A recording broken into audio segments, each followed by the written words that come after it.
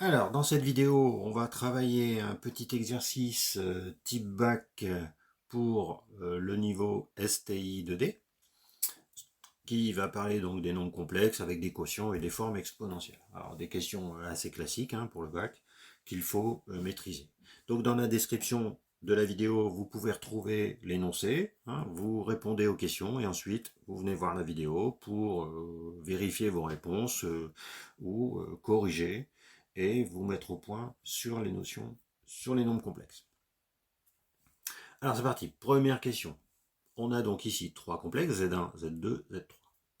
Premier, on nous demande de trouver que Z1 va s'écrire sous la forme donc algébrique, Z1 égale 1 plus I. Bon, bah, du coup, je vais partir de ce qu'on m'a donné dans l'énoncé.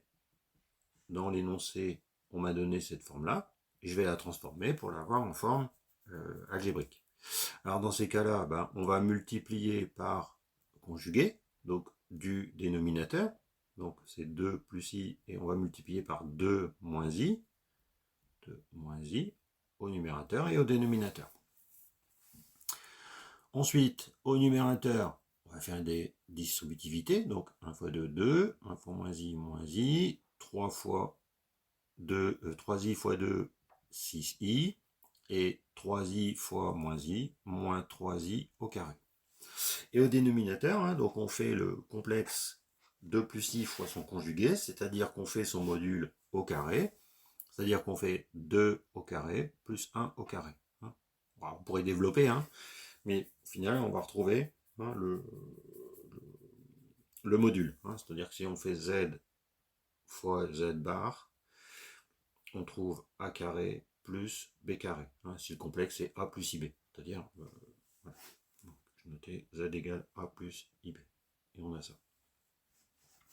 Alors dans ce cas-là, on prend les nombres les plus simples, donc ici 2 et 1, et voilà, comme ça. Donc, en haut, numérateur, on a 2, alors i au carré, ça fait moins 1, donc i au carré, c'est moins 1, donc moins 3 fois moins 1, ça fait plus 3, 3 plus 2, ça fait 5. Et ensuite, on a moins i plus 6i, ça fait 5i. Et au dénominateur, 2 au carré, 4 plus 1 au carré, 5. Et donc, si on simplifie par 5, il nous reste 5 sur 5, c'est-à-dire 1, et 5i sur 5i, 5i sur 5, pardon, ça fait i. Et qu'est-ce qu'on obtient? On obtient ce qu'on nous demandait de trouver. Deuxième question. On nous demande de donner la forme trigonométrique de Z1. Donc Z1, on a la forme algébrique, et on va trouver la forme trigonométrique. Alors pour trouver la forme trigonométrique, on cherche déjà le module de Z1, donc racine carrée de 1 au carré, partie réelle plus partie imaginaire au carré, donc la partie imaginaire c'est 1 au carré, donc 1 au carré plus 1 au carré ça fait 2, donc ça fait racine de 2. Et ensuite, on va chercher un argument de Z1, sachant que le cosinus de cet argument, c'est la partie réelle de Z1 sur le module de Z1, donc la partie réelle c'est 1 sur racine de 2, le module c'est racine de 2. Alors si on multiplie numérateur et dénominateur par racine de 2, ça fait donc racine de 2 sur 2. Même chose pour le sinus, c'est partie imaginaire de Z1 sur module de Z1. Donc ça fait la même chose, 1 sur racine de 2, c'est-à-dire racine de 2 sur 2. On a valeur identique pour le sinus et le cosinus, même signe. Et donc on pourrait prendre, on peut prendre comme argument, du coup, pi sur 4. Cercle trigo, cosinus pi sur 4, racine de 2 sur 2, sinus pi sur 4, racine de 2 sur 2. Ce qui fait que Z1 va pouvoir s'écrire, je vais prendre le module de Z1, donc racine de 2, donc j'oublie pas le module, exponentielle i, et je mets l'argument que j'ai choisi, pi sur 4. Et donc ici, j'ai la forme exponentielle de Z1. Donc voilà pour le travail sur Z1. Donc avec les questions, donc 1 et 2. Alors dans la troisième question, on demande de trouver le module de Z3 et un argument de Z3.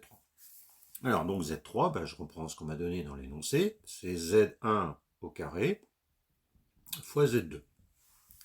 Alors, Z2, il est sous forme exponentielle, ben, donc je vais reprendre le résultat de la question d'avant. Pour Z1, je vais prendre sa forme exponentielle, hein, puisqu'on avait trouvé racine de 2, exponentielle I, pi sur 4. Et on met ça au carré. Fois Z2, donc 2 exponentielle I 2 pi sur 3. Voilà. Donc déjà première phase, on remplace. Ensuite, ici on a toute une expression au carré, donc là on est vigilant parce que le carré il va aller sur le racine de 2 et le carré il va aller sur l'exponentielle pi sur 4. Pour le deuxième, pas de changement à faire. Alors racine de 2 au carré, ben, ça fait 2. Et on répète, EI θ puissance n, c'est EIN θ. I sur le même rond. Voilà. C'est-à-dire qu'on multiplie la puissance ici par l'argument. Donc ça fait EI 2pi sur 4 fois 2 EI 2pi sur 3.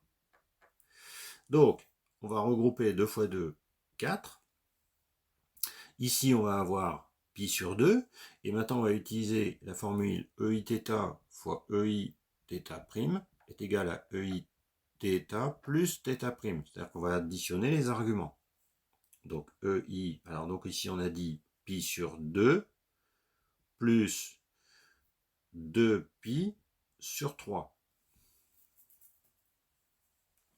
Maintenant, on calcule pi sur 2 plus 2pi sur 3. Donc, fois 3 fois 2, on sera sur 6. Donc, ça fera 3 plus 2 fois 2, 4. Donc, ça va faire 4pi sur 6. Donc, on obtient quoi? 4 EI, 4pi. 3 et 2, 4. Plutôt, c'est 7pi. 7pi sur 6. Voilà, attention. C'est le 3 et la 2 fois 2, 4, mais il ne faut pas oublier de rajouter le 3. Donc, conclusion, module de Z3, puisque c'est la question, c'est le nombre qui est devant l'exponentielle, c'est 4. Et un argument de Z3, c'est celui qui est ici, c'est 7pi sur 6. Donc, c'est le module, c'est un argument, puisque pour les arguments, on peut prendre celui-ci, mais on pourrait prendre celui-ci plus 2 capi, ainsi de suite. Et donc, on va pas, on se complique pas la vie, et on prend les choses simples. Donc voilà, une petite question où on utilise les formules exponentielles des nombres complexes. Encore une fois, très classique comme question. Toujours être bien vigilant ici sur le carré, à bien mettre le carré sur tous les nombres que l'on a ici dans la parenthèse. Attention aux petites erreurs de calcul. Et voilà pour cet exercice sur les nombres complexes.